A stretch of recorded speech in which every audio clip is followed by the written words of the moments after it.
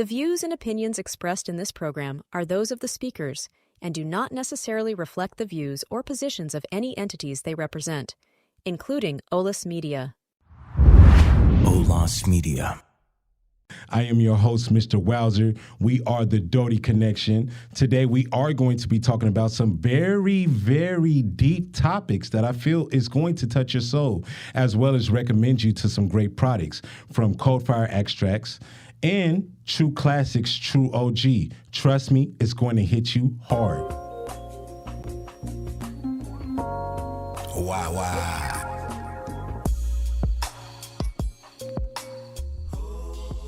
Anya den wagwan Mashir Panya Ras Klats and Mamba Klats. I am your host, Mr. Wowzer. Wow. This is TDOC. I have a very, very special guest in a special episode. I got two special guests with me as well. But first, huge shout out to my sponsors, Cold Fire Extracts. What up, Olas Media, IBC? What up, Dodi, March and Nash? I'm going to take it to one of my cuts from Lotus, an album on Apple Music out right now. It's called Director's Cut. It's a movie. Go ahead and check it out. Hello. Wow, Wowzer. Had to go ahead and slap on the director's cut. Directed by Mr. Wowzer.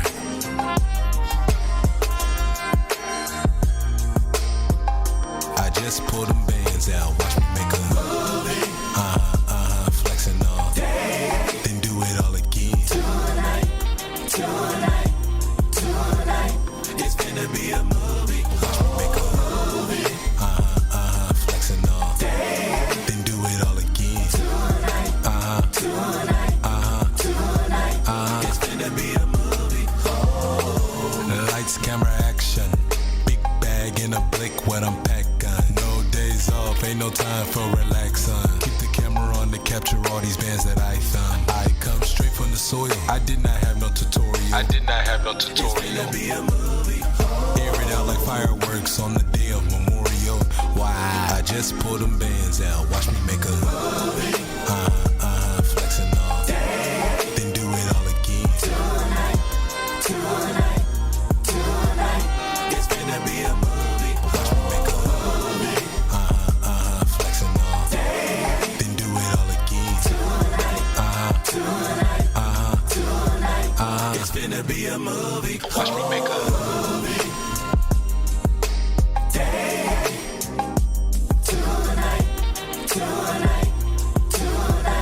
it's gonna be a movie. Watch me make a movie.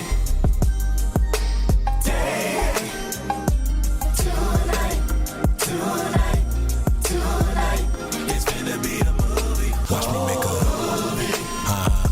Flexing all day, then do it all again. Tonight, it's gonna be a movie. Watch me make a movie. Flexing all day, then do it all again. Tonight, it's gonna be a movie.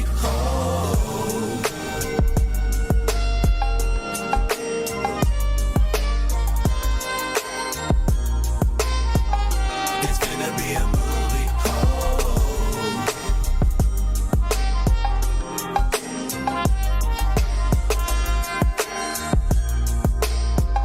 It's gonna be a movie.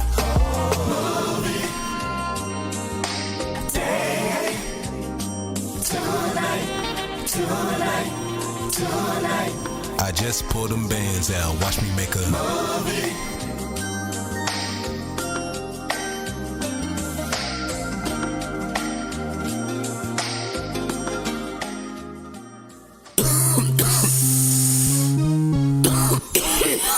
Cough drops. You hear the coughs. It's time for the cough drop segment. I'm going to give you the best recreational and medicinal cannabis on market. Today, I'm doing something different today. Shout out to Queen Mary. I'm going to give a tincture out. And I'm going to go ahead and emphasize this on a few segments and few episodes because she deserves this. Her brand has been doing numbers out of state and within California as well. So Queen Mary's Boost Elixir, a fixin' for a vixen and the thing for a king. Boost Elixir is a coffee tincture with added vitamin D infused with THCV that brings you an energizing euphoria that keeps you alert, motivated, and ready to take on the world. This espresso-infused elixir serves as a coffee enhancer, providing enhanced focus. it also boosts your metabolism. I'm gonna give a personal story real quick. Shout out to Dr. Leroy because he gave me one of her tinctures, and like for a month, I really felt every reported effect of this tincture. Every single one. I was alert. I was motivated. I had enhanced focus. I was energized. When I ran out, it was like a fiend without drugs. I really was scratching for that. I was missing that feeling of waking up bright and ready to take on the world. So the top reported effects is alertness, motivation, energy, and enhanced focus. A few of Queen Mary's products is Enchanted Gummies and Moonstruck Gummies. The way you'll use them is in the morning, it'll be the Boost Elixir. During the day, it'll be an Enchanted Gummy that keeps you the same way and same level with ailments. And at night, Moonstruck Gummies for insomnia. It's really a great remedy that works. It's not just for women, even though that's their logo. It's also the thing for a king. So go ahead and check them out. For more information about Queen Mary and their products, go to their website, queenmarybrand.com. I'm now going to take it to a wowza word from our sponsor. Wow. Cold fire extracts. It's amazing. The taste is great, clean and pure. It's loud like flowers, super tasty. It has great effects and a long-lasting buzz. This is why Cold Fire is the #1 go-to vape in the cannabis space. Cold Fire extracts scored a high 95 from the highestcritic.com. Because of its standard of greatness in every category, even compared to solventless. This is almost equalish, but it is definitely better than solventless. Go ahead and light up that Cold Fire extracts. I'm smoking it right now. Wow, you know it's that time. It's time for our special guest. Hello, yes, Lord. Welcome back to TDOC. I am your host, Mr. Wow. I got my special guest in the building. Now, a little backstory about him. He's brought greats out here. RIP to DMX. He brought DMX out here. KRS One, Rakim, Sugar Free, DJ Quick. That's just to name a few. He's brought Kodak Black out here. I remember that. Right. Relative. I'm talking about from old to new school when it comes to hip hop, has brought so many acts out here. Not only that, he's put local acts in the opportunity of seeing what the real show business is like, really having to get sales and bring fans in and really get the real issue of the music business. And I'm really glad to present to my listeners this esteemed guest. Droops. What up, gang? What up? Your boy Droops out the house, in the house here today. You know, hello, big ups for inviting me, dog.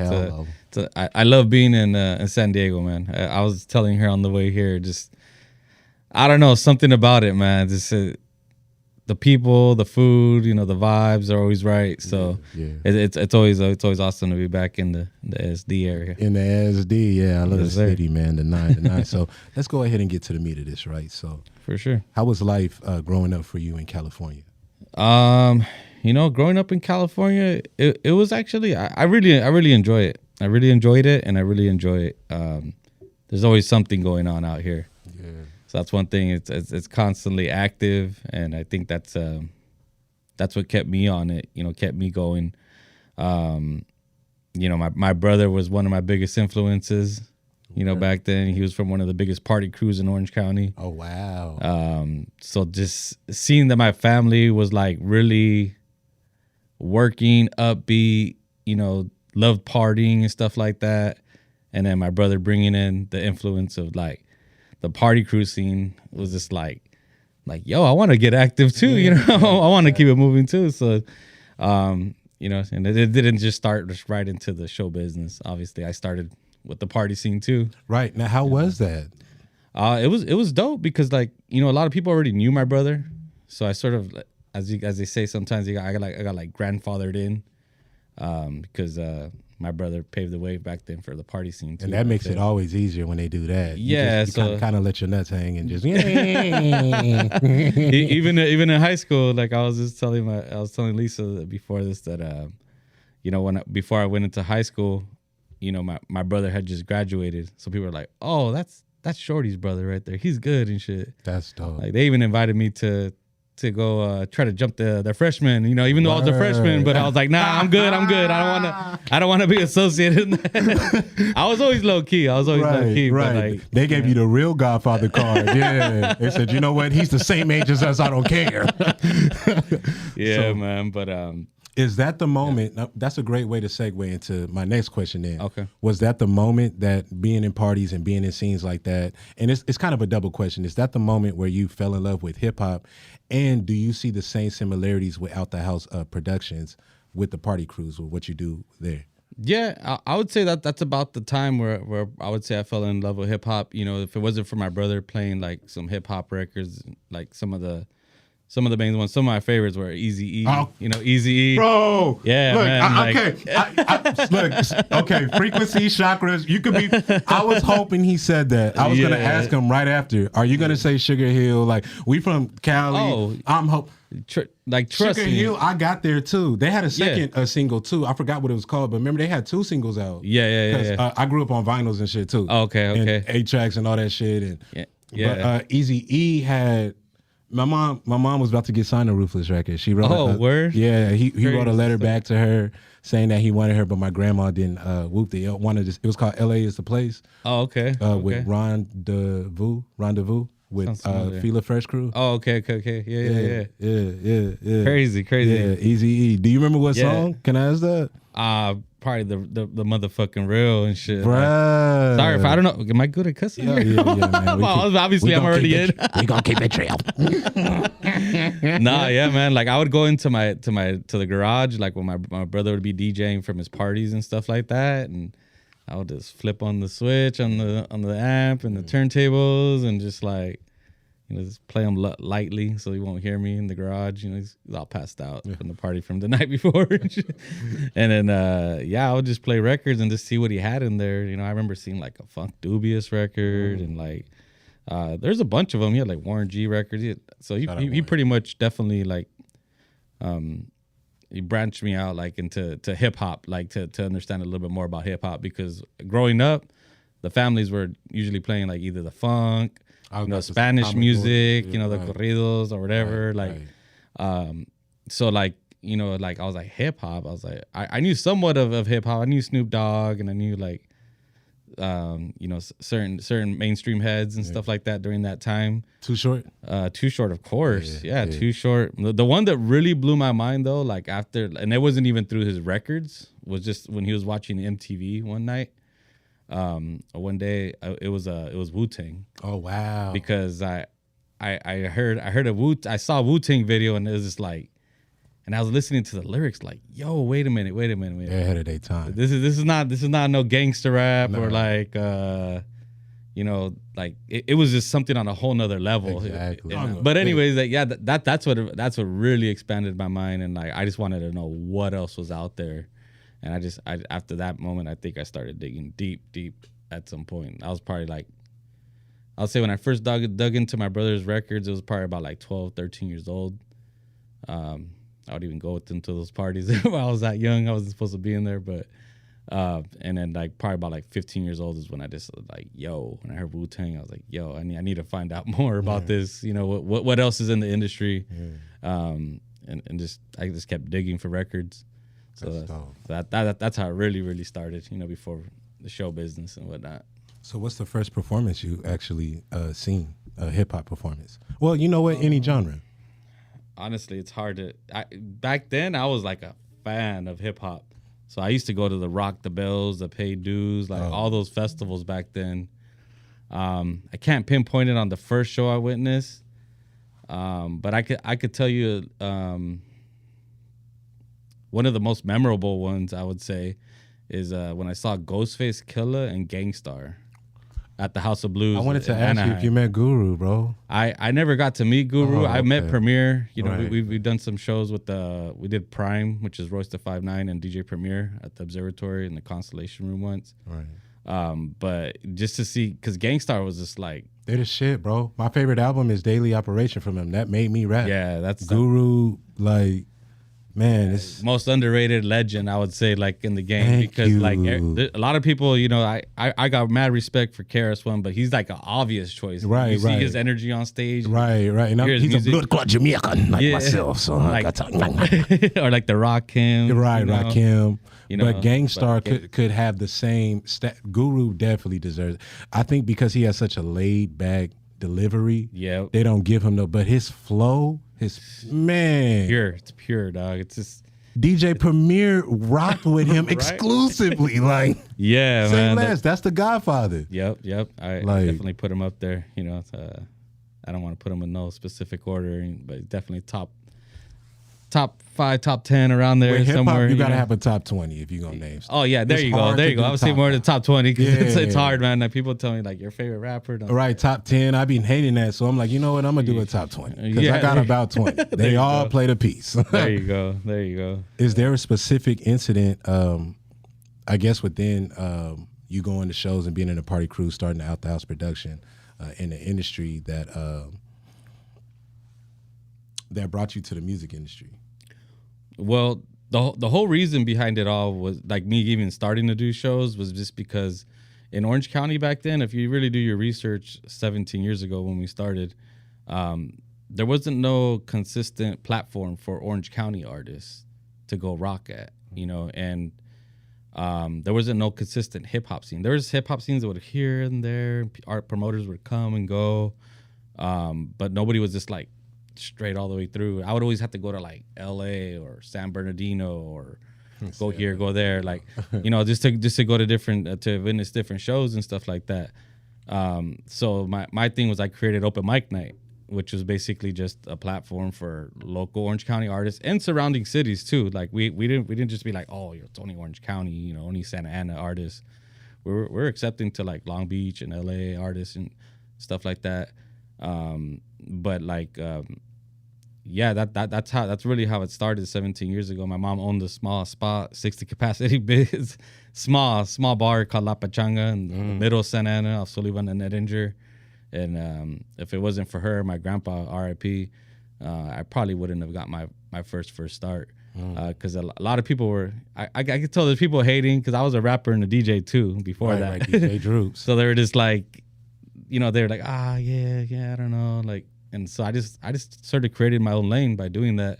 And after the first year, our first headliner we ever booked, I always mention is Tumex. He's the homie from Visionaries and Shapeshifters crew. But after that first year, when we did the show with him, we did like 100 cap, and then we did like 100 people in the 60 capacity spots. Word. So we had to move it up. Like after that year, we started doing shows at some spot called Malone's.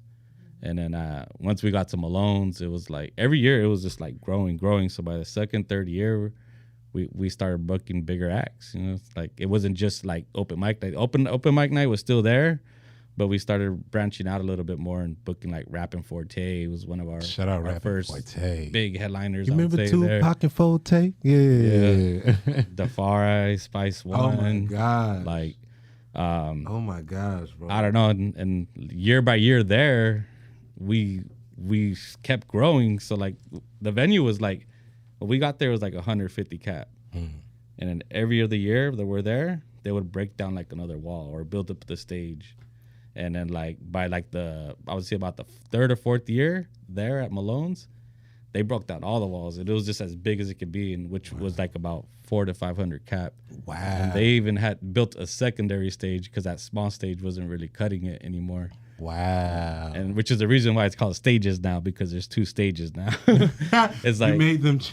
yeah, like You packed it out so much, you made them change the name of their establishment, Cuddy. I'm not gonna lie, like there was a lot of people that came in and out of there, but like we were like, I would say at least consistent wise, for like about 4 to 5 years, we're just breaking down barriers there. Like everybody else I was mentioning before, that was part of them, but eventually we started booking like Mac 10, Right. Warren G, Right, I was about to Sugar say Free. Warren G. Like the first time bringing like Talib Kweli to Santa Ana. Like, you know, first time bringing like Dead Prez to Santa Ana. Wow. Like, you know, and then like by about that time, that's when I started messing with a lot of different cities. Like a lot of people started recognizing us.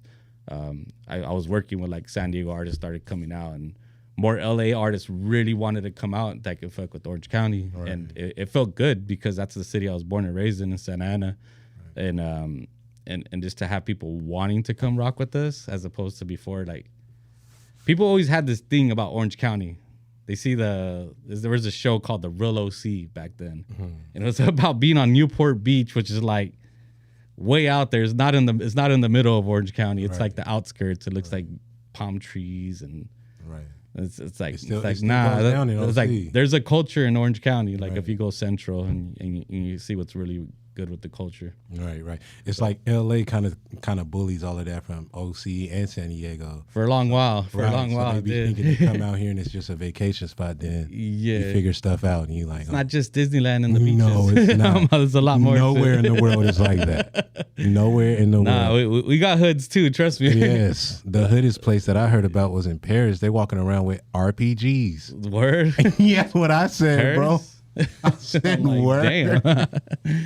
Yeah, man. But yeah, it was a journey the first few years too, man. Because nobody ever taught me the ropes. Like I literally just had to learn from ground zero, like losing money. Like I think the first couple years I was literally supplying like my funds for my shows from a 9 to 5. And I had never really worked 9 to 5s back then. I was always hustling and doing my thing. But during that time, I was working a 9 to 5 because I went through a situation where I had to work. Right. And yeah, man, it was just every year just finally, until like probably the third year, I finally figured it out. I was like, there's a formula to this. And I was like, okay, I think I got it. Yeah, you did. And then just stuck to the formula.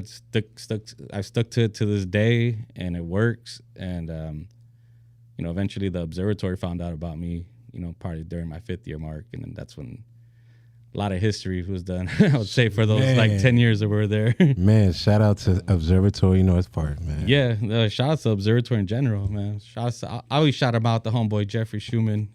Some people know him, some people don't, but he's major in the scene. Right. But if it wasn't for him, I probably wouldn't have branched out here in San Diego. Observatory was open out there in Orange County for a couple years, and then eventually they bought the Observatory North Park and built it up. And then, yeah, that's where I met you too. Yeah, we rocked there eventually, factual. So. Factual. Good nights, man. Good nights. Now, this is my own personal question because you named the Spice Ones, the Mac 10s, the Warren G's. Mm-hmm. I saw you with the picture because I remember that night. It had no openers at the DMX show. Okay. But we went there, me, Breeze, the homie Randy's, and ran into the homie's mom there. It was a lit show. DMX was like, "Hey, that's your wife? Well, tonight she's my wife."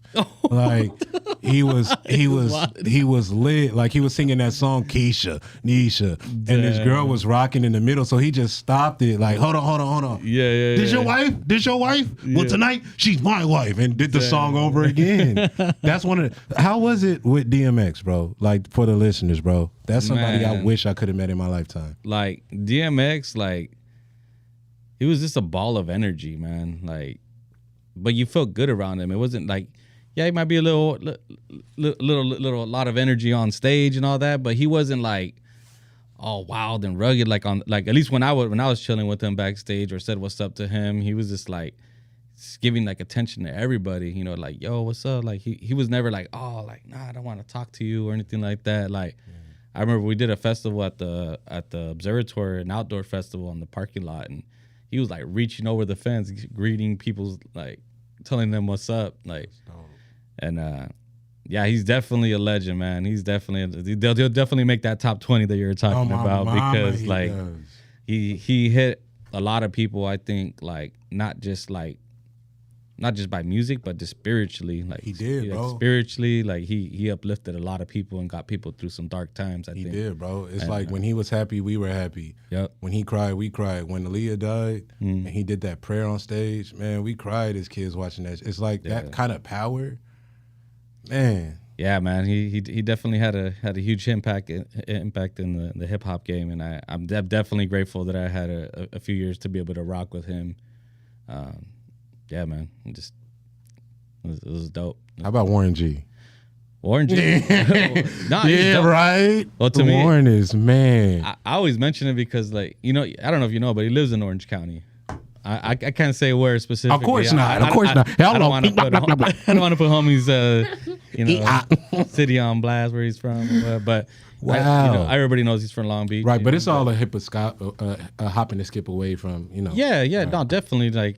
Like to me, like Long Beach or like LA, like that's all almost damn near Orange County. Like we're all within 30, 45 minutes of driving distance. So it's like, but yeah, Warren G was dope, man. And I always looked up to him back then because like he was like one of the first artists that I ever heard mentioned in the record, Santa Ana. Santa Ana, and we playing her, getting by amount of money. Yeah, so like when I heard that, I was like, damn, someone shouted out our city. Hella, like, that song is so hard. Yeah, so that always sticks with me to like the day I'm gone, man. Like he was super humble, he smoked, he smoked, he's chill, he's just like, and man, I would say that was probably one of our like top 5 packed out events at Malone's back then when we did them for the first time.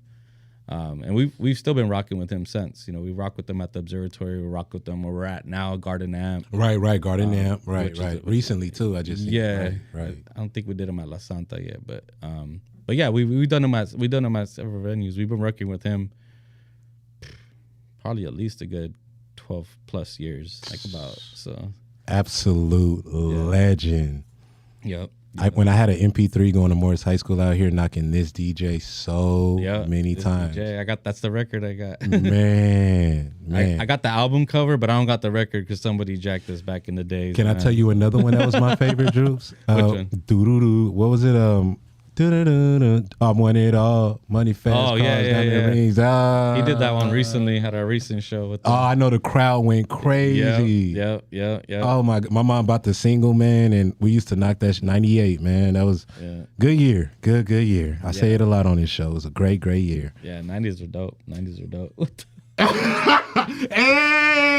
Hey, you got a picture with the god though. Right. I'm jealous.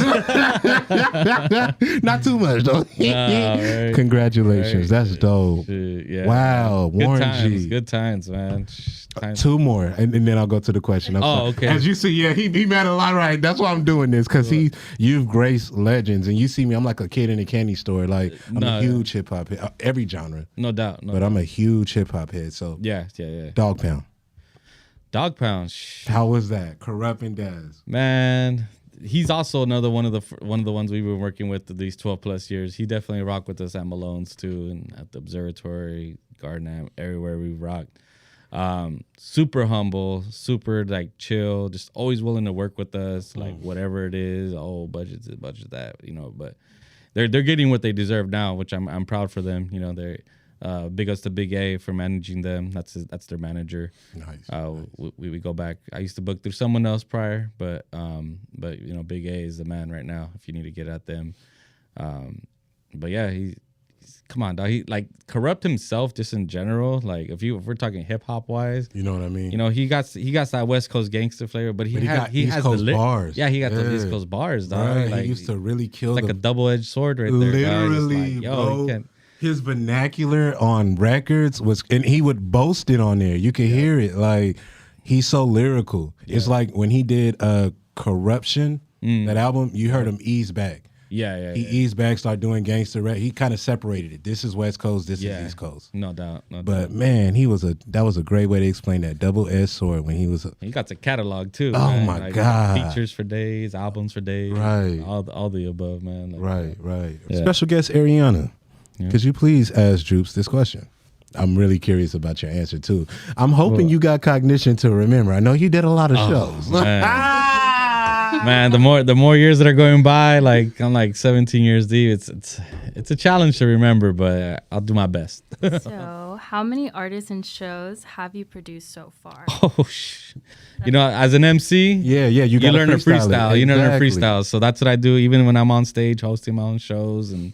You do a good job at that on stage too. I try to do my best, man. He remembers everybody's name. He doesn't fuck them up. Freestyling is a big deal for sure. Big time. Like if you can really freestyle as an artist, you're really just like creating that energy, the rhymes, the poetry, and the story itself in the moment. Yeah, to really capture that and to get a different artists that kind of vibe with that is really cool. It is. Yeah. Like even though I stopped rapping, like writing rhymes, I would say probably, I don't even know how many years ago, like at least like 10 plus years ago. I still freestyle to this day. That's so the best way. I love freestyling. What? I love it. I Droops, love it. look, I got over 300 songs out, all freestyle. That's what's up. That's what's up. How many shows though? Bro, I'm curious because you work all year long. You don't just do and you don't do it in quarters. Like you go all year, bro. You know, I never kept count, dog. I just kept going. To be honest, like when I met you back then, that was at a point where we're like at our busiest ever. Like we went from doing like maybe 2 or 3 shows a month to like it was late to about 20 to 30 shows a month. God, like I don't even know how I did it during that time. It was just like an autopilot. It was just like go. Like sometimes we'd have a show in LA, Orange County, San Diego, and Pomona all on the same day. oh my God. And I would just like have my boy come out Is that here. why Mustafa? Yeah, Mustafa. Yeah, Moose. Yeah, like sometimes when I couldn't make it to the San Diego show, it'd be partly because of that reason. Like I would be like, "Yo, Moose, handle San Diego for me, Shout please." out Mustafa, man. Yeah, shout out to Mustafa. Yeah. You know, my homegirl Janet. You know, she would hold down like maybe LA, while like I stayed back in like Orange County, and like I don't know who I probably hit up for Pomona, but yeah, like so sometimes I wouldn't even like I wouldn't need to even be present really. I would just be home and I'll still be available. So just text, call, whatever. It was actually probably easier if that was done, because when I'm there at the show, it's like people trying to drag me every which way or say what's up or do, yo, let's go have a drink, that. Man, you so lit. Droops is the type to like, he'll come down and he'll give you a drink ticket. You know what I mean? Nancy. He'll give you a drink ticket and really vibe with you. And man, you're one of the littest people. I'm not going to box you and promoter or none of that. Nah, yeah, and I appreciate that because you know I do a lot of things. You like, do a lot. I don't just do promoting. I don't just do booking the artists. I don't like. I'm a real people person. Exactly. So when I'm at the shows, I definitely like to build and say what's up to peeps and network and whatnot by himself. So, like, I'm not saying that like I know Droops got his own, but he'll be by his squad. Right, he got a squad, but he'll come down personally. Yeah. And man, one time, bro, it was a Post Malone show. That was the last one I did after I had my daughter. But she was like, you know what? I really fuck with your music. So after you get with your daughter, just hit me up, bro. And whenever you're ready. You know? Right. And I understand that like life happens, you know what I mean? And that's one thing we always keep our doors open to as long as there was no crazy stuff that happened prior or anything like that. Right. Our doors are always open, and we've always been open, especially for opening artists, because you know I was an artist myself. Like I said, I was a rapper myself, and I know how hungry I was at some point to get on shows, and they weren't always available. So like to be able to offer that opportunity to artists, to be able to not just rock on a stage, but be able to open up for some of their favorite artists. Right. You know, I would have loved that if I had that opportunity. What? So like what? You know, I rocked a couple of my favorites. Don't get me wrong, I rocked a couple, but not as many as like I've presented. Right. You know what I mean? Like I've presented more opportunities than I've done my own. Well, I think the relationships that you build with these people, because you're putting them on too. You're giving Warren G bag. You're giving that part too. But like there's it's not a lot of artists, but at least 2 handfuls of artists where they actually did something with it. They didn't just open up and be like, oh, okay, I opened up. Like, they actually ran with it and blew up. Yeah, like I seen a couple that you put that was actually local here, and now they got their own headlining. And, a few of them you posted. You're like, man, I started with him at the bottom. Like, so like, and that's all we can offer. Really, it's not we can't offer like a huge career or anything like that, but we can offer you a platform, a legitimate platform, right, not just some hole in the wall or anything like that. No, legitimate platform. And I always tell artists too, like if any artists are listening, like when you're done rocking, don't leave or disappear into your corner. Like stay at the show, vibe with people, because you never know who's watching you. Right. Right. That community. Yeah. Like you might build a new fan. You might build just a new relationship with an artist, or like an A&R might be watching you, or a record label. Like it's happened, dog. I've seen it happen. Like at least to 2 handfuls of artists that we fuck with. And because he's right, they'll leave quickly. Some artists are just like, we I'm always done stay. performing. You And know, now I'm gonna be bougie. Yeah, let's go turn up at the bar now down the street, blah blah blah. And then like you don't even know if someone was there watching you that could have made an impact in your career. Some artists let their entourage influence them. Like, you know what? Let's go have an after party right here. You know, all the times the homies do that. But no, I'm gonna stay right here. Y'all can. Yeah, show support right too. Here. Show support to everybody else rocking, man. Exactly. Like, you know what I mean? Like, so look, and he's right. All he can do is open the door for artists listening. Like, but when you get there, it's up to you.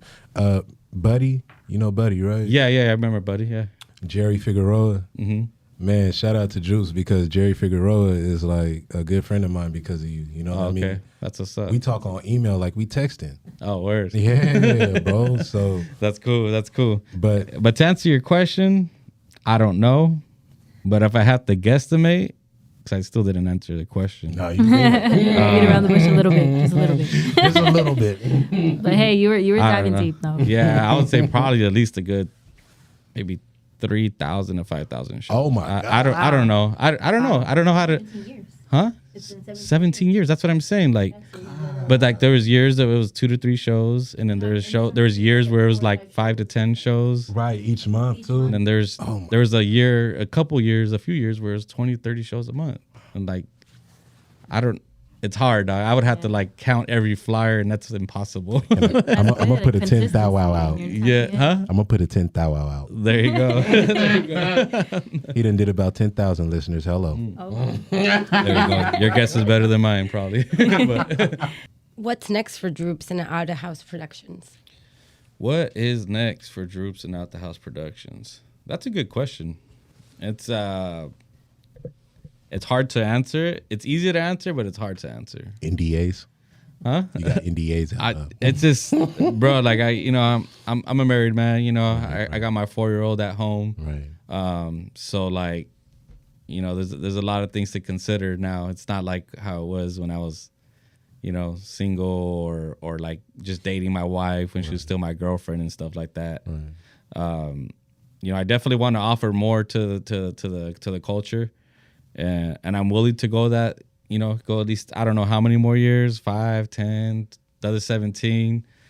Who knows? But only God knows. That's what I say. So, you know, we're definitely rocking with a lot of new venues. As you mentioned, you know, Garden Amp, we talked about a little bit. There's a few other venues that we've been talking with.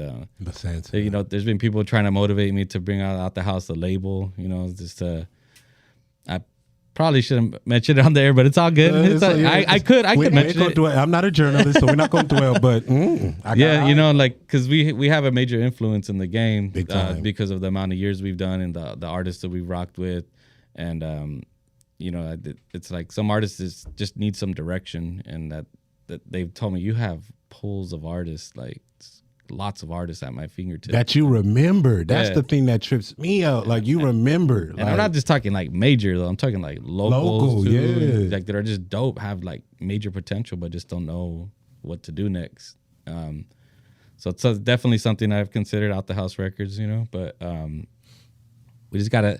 There's a lot of things that are shifting and shifting right now towards the end of the year, and you know, I'm always a big person of everything that happens for a reason. And change is good too. Yeah, it is. So like, there's just a few things I gotta move in place and make sure that everything's right. Everything's right. You know, I can't get too into depth over it. No, you answered it very well. But I picked out some good shit out of that. Yeah. But good job. Nonetheless, we're not throwing in the towel or anything like that this year. It's just. I don't know. You know, since the whole shutdown and everything, it was crazy. It was, because man. like if you think about it, everything I was telling you, we were going consistently for like 14 years, like 13. I don't know when it was, what year it was. Probably 15. The 12-year mark or something like that. Like 12th, 13th year, like, and then just like stop. And then like we were doing stuff. Like the amount of shows I'm telling you, a month, we were doing them every month for that many years, like straight, like not 1 month off. Even if I was on vacation in Cancun or Bahamas or wherever I was, I was still I would have shows while I was gone on vacation, dog. Like, and like, you know, it was necessary. I always give props to my homegirl Janet because she was one of the first ones that stepped up and like because there was a point of time where when I was doing those 20, 30 shows where I had like a minor anxiety attack. And I didn't know what was going on. I was like, what, am I having a heart attack? What was going on? I went to the hospital and they were just like, nah, you're just overworking yourself. God. Like, do you have any help, any assistance? I'm like, you experienced that burnout. Yeah. That's the thing we need to realize. And I was young still. I was still young. Like, that burnout affects you. Like, damn, that's crazy. What's going on? And then so she stepped in at a pivotal moment.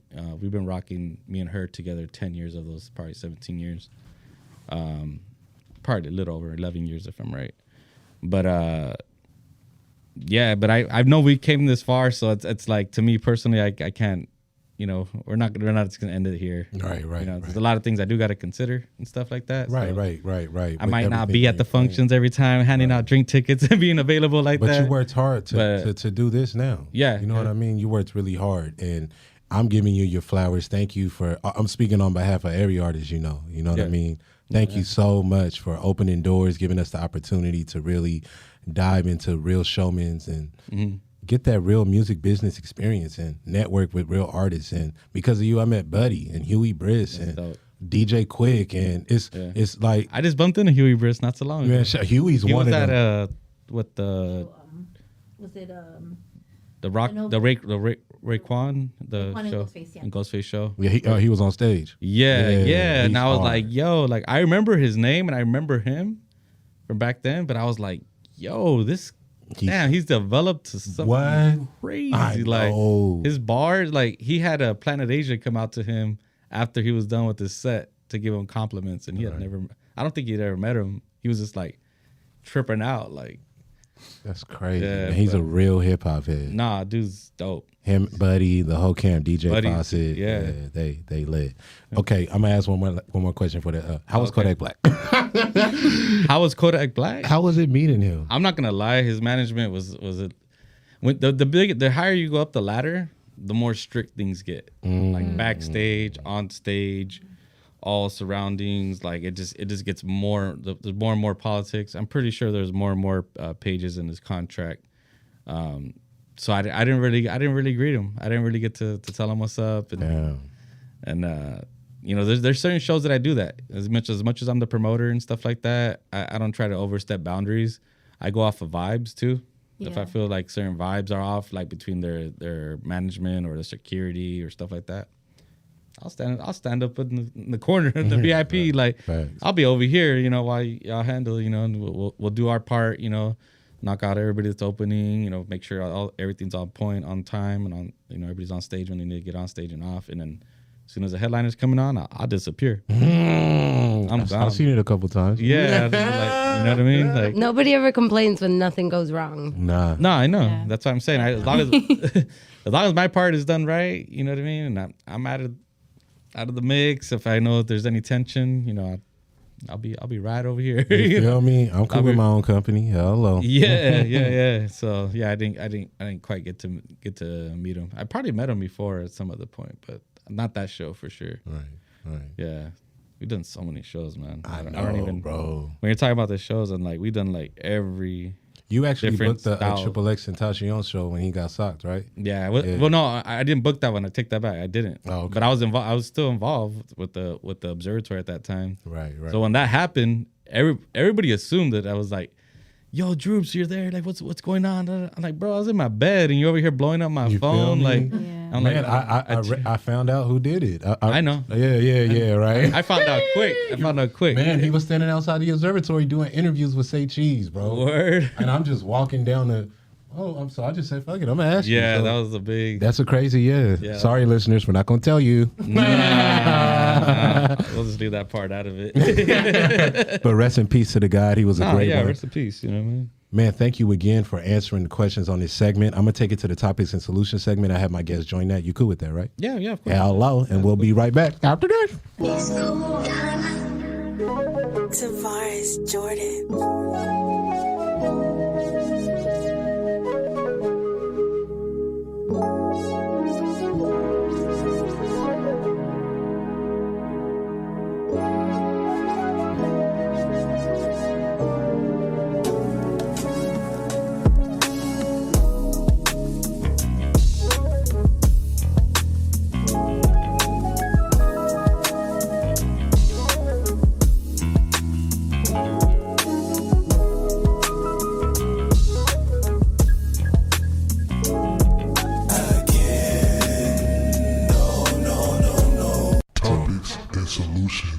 Welcome back to TDOC. I'm your host, Mr. Wow Wow. Back with my special guests, Ariana and Nancy, with my special guest, Juice. Hello, easy killer.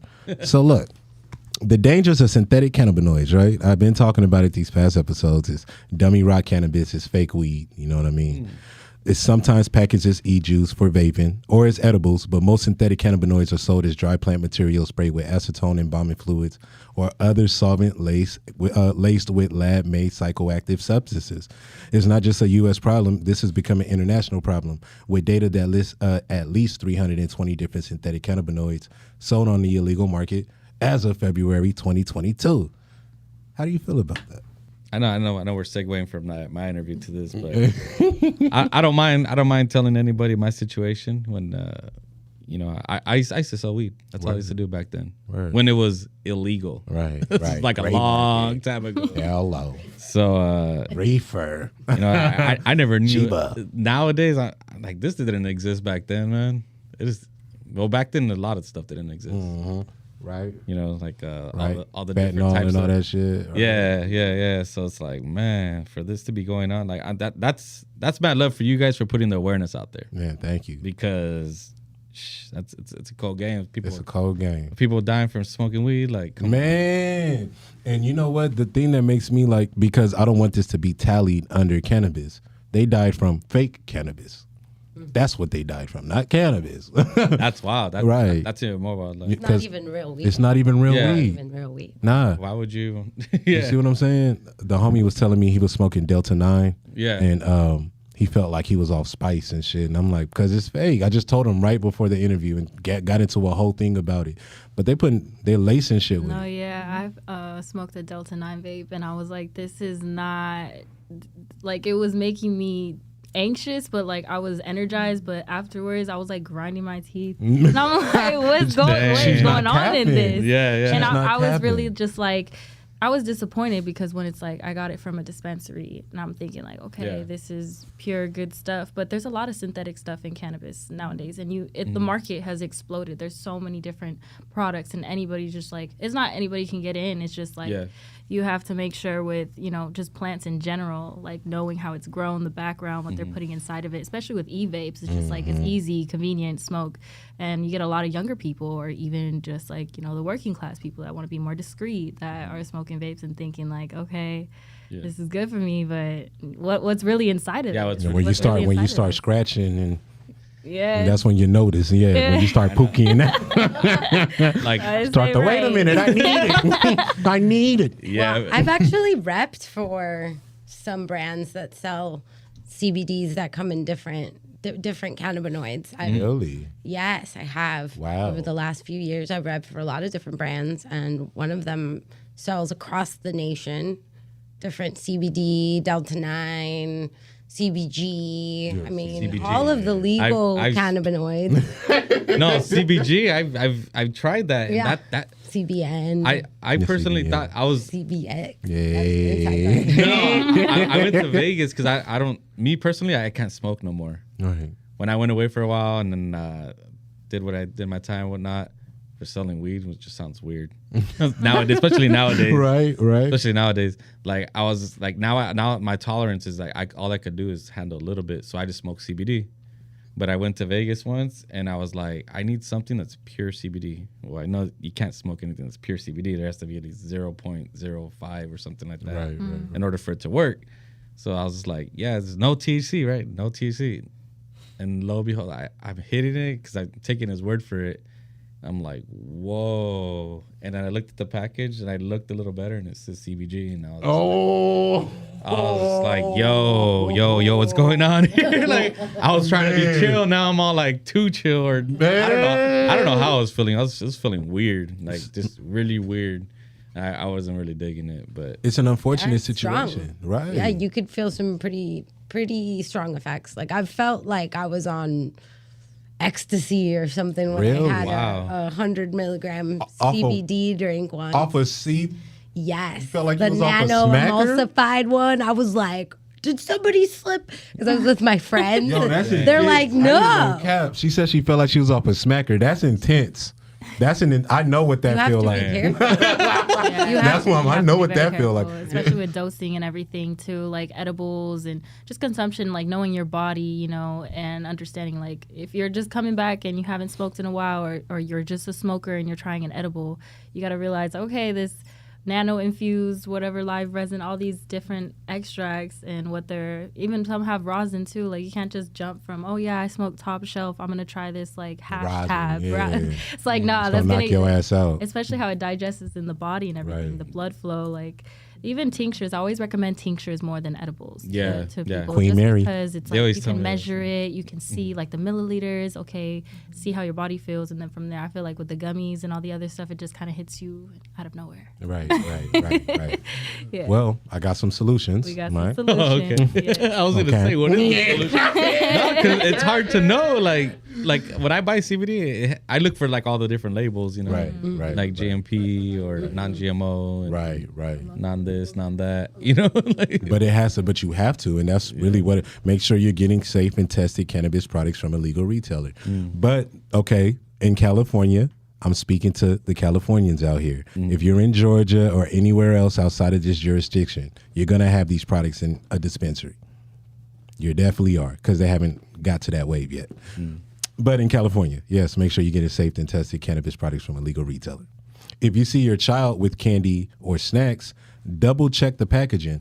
Kids have been finding edibles and shit and their parents' stuff, 500 milligram, 1,000 milligram. Kids eat. You know how we feel about our daughters. I could not picture my daughter eating 1,000 milligram and going, bruh. I cry. I would. Take me to jail. I'll turn myself in, okay? And do not support unregulated cannabis. How y'all feel about that? Nay.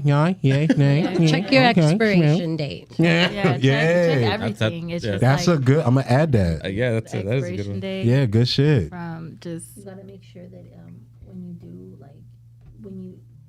because a lot of labels, like when you read them, they're not accurate. No, not. You gotta dive deep. Do the So, research. So you have to really make sure that you're dealing with like a reputable company that's actually, a lot of them don't test. Right. They don't. And so you think, you're basing it off, this is a reputable, or you think it's a reputable company, and a lot of their stuff is really not regulated. They don't test it, nothing. Yeah.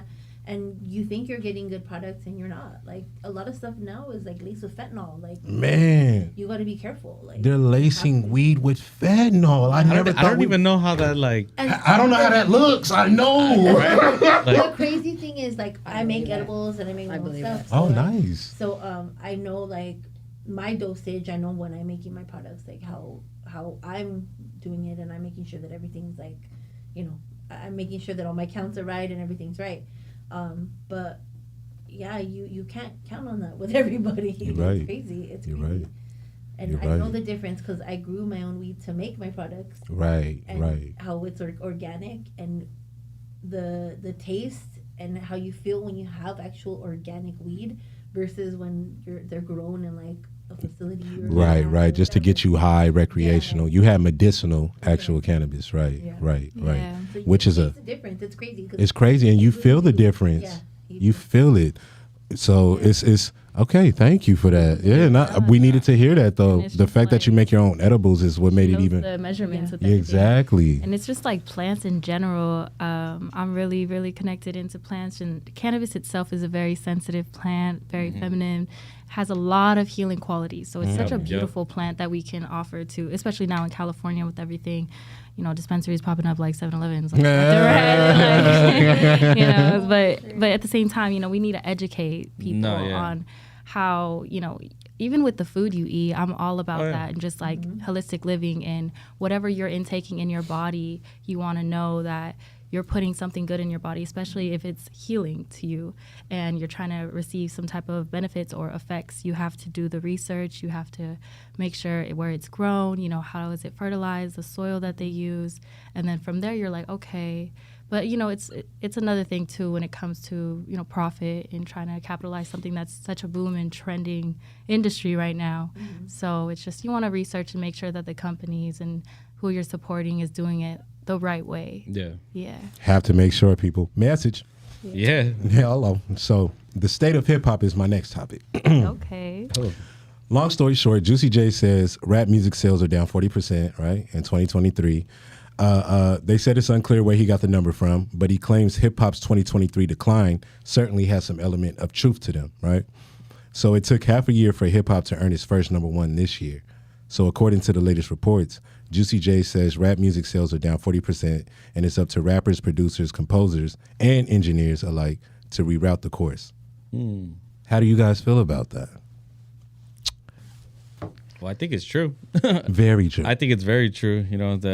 Music's so accessible now. Easy download. It's not like back in the days where you walked into the store and bought a CD I or miss record. that feeling, bro. There's a few mom and pop shops out there. Yeah, that's still it. There's a FYE even, at the mall down here. Yeah, even some major companies that do it. But I think he's going a little deeper as far as like the quality of it. The quality is the quality is getting watered down. I was just talking to my friend about that. I feel like we were just talking about like icons like Prince, like Michael Jackson. Like lately, I feel like I also make music. I hang around a lot of artists, and I support a lot of like just artists in general. And I always tell them, be authentic, be yourself. Yes, make music for your community. That is great. Listen to your listeners, support all that. But at the same time, remember how you made your first track. What did you write down? Like, who were you making it for? Yourself, and you were tapping into your emotions. You were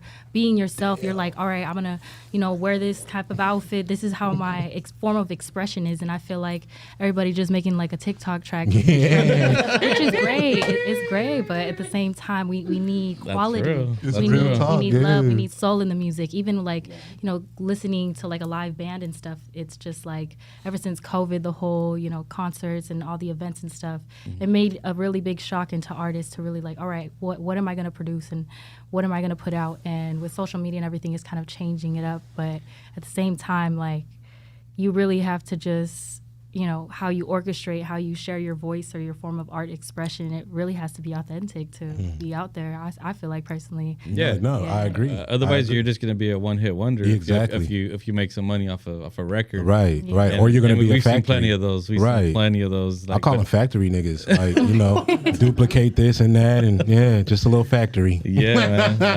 Like if fresh out the factory. If you want to make a huge impact, you definitely got to go across those guidelines and take that into consideration. I agree.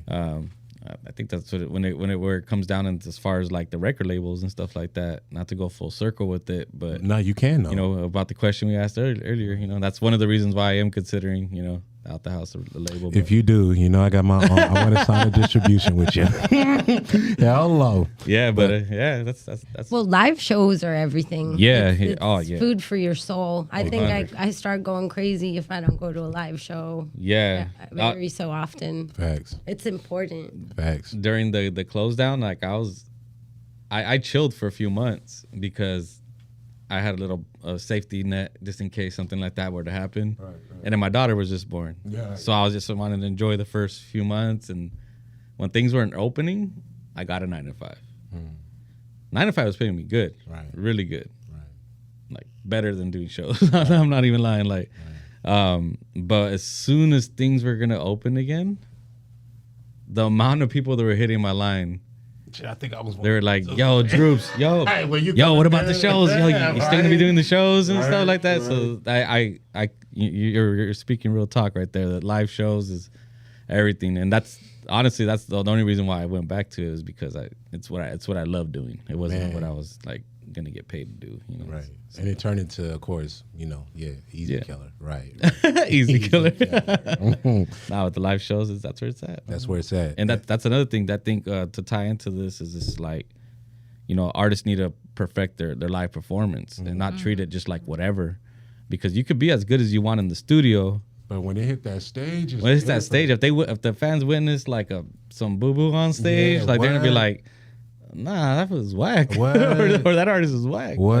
Definitely. But definitely, rehearse, choose your tracks wisely. Right. You have to. Choose your tracks wisely. And good job. And just like, live performances. Well, Right. What's up with Juicy J though? Has he made anything? I was just gonna say, I was like, he's over here talking. He's over here talking. So he did. Oh, he did. He did. Okay. And I'm not I just love being Juicy J. subject. Right, I do too. He said he's going to have his run. We've had Juicy J before. Man. We work with them. So. And you remember his run back in his live performance was crazy, yo.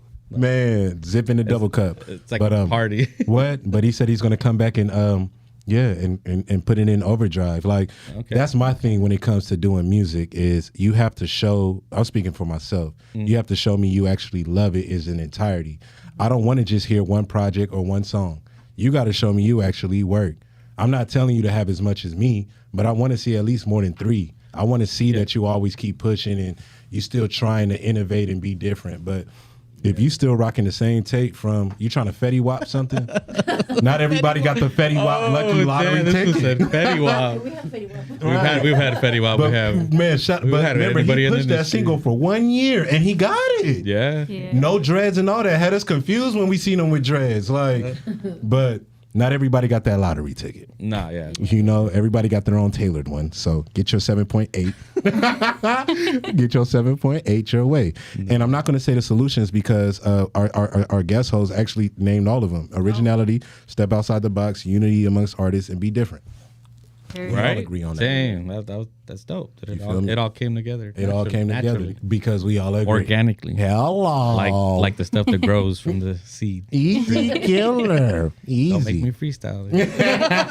Can I chime in and say one more thing about this though? What's that? I feel like too, just like the overall vibration and what you're saying in your music has a big impact on the whole collective itself. So I feel like me lately, I love rap music. I love hip hop. I love R&B. You know, I like to get down, you know, vibing. But at the same time, lately I've just been listening to a lot of house, EDM, just kind of flow melodies and just kind of getting in sync with that. I got records, you know, like reggae, some jazz. Just because I feel like some rap music can be a little aggressive and violent for me over time, and I feel like it can be overstimulating. So for me, it's like if you are that, you know, that is your name in your, you know, as an artist, if you're saying the same thing over and over again, it's like you said, like with Fetty Wap and everybody, it's just like you got to change up your flow. So, you know, I have a friend who is a really good like rapper, but at the same time he started making punk rock music, and he's like, you know what, I'm having fun making this, and it's just a whole different vibe. You have to learn to morph and change your flow up, try these different genres out to really explore the different mediums of your artwork in general, and it really helps kind of like shape different types of community. You're like, okay, this person likes me making this, cool, but at the same time, it's just you're speaking their language. Exactly. Listen to the people too. She's not lying. She's not lying. When she, yes, I am going to put my catalog out there. Yes, every genre, y'all. I do every genre, and I have it out. Word. I got the house, I got the EDM, I got the rock, I got the R&Bs, I got every genre that you could think of. Nice. All 300 songs. Nice. Yeah, man. Yes. Put the stamp on it. Hello. And I got to put it out there, man. Droops, I want to thank you again for joining us for this crazy ass TDOC episode. Oh, man. You've been a great guest. Again, we got to celebrate you for all the things that you've done for us, especially for me. Thank you so much for everything that you gave me opportunities. I appreciate you guys having me here. The facility is beautiful. You know what I mean? The vibes are right here. So it's a pleasure. I'd love to be back at some point. You know, it's whether it's in a couple months, a year. Oh, we're going to double back. Easy Killer Season 2 coming out. Easy. Hello, what up, Steve? Nancy, Ariana, thank you for joining me as guest host. Do you guys have anything last thing? If I could just drop my plug, you know. What up, gang? Any artist trying to get at me for shows, opening up, stuff like that, just get at us on Instagram, Out the House. That's Out DA House, not THE. I won't give any more info. That's the best way to get at me. You got hella followers too. If I give my phone goes off enough, so yeah. DM me. Hello. DM me. Hello. Thank you guys again for being my esteemed guest host. I really appreciate y'all. And you guys can follow me on Instagram at Ariana Salazar if you want to chime in some mindfulness, health, wellness, all that. Dope. Tap in. What's up, Nancy? Tap in. Yes. You ain't gonna drop a plug, huh? Yeah, mine no. is at Nancy B. Sanchez. Yeah, I'm Okay. your cannabis queen. Hello. Hey. Easy. I am your host, Mr. Wowzer. This is TDOC. We are out.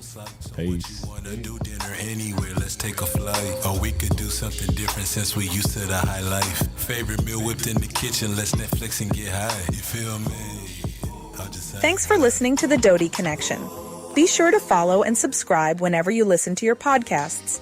To read the blog associated with this episode, visit olismedia.com. This episode was produced in studios located in San Diego, California. Lena Alvarez is co-producer. Serving as executive producer and co-founder is JC Polk, and Chad Peace is president and co-founder. Olas Media is an IVC media company. Olas Media.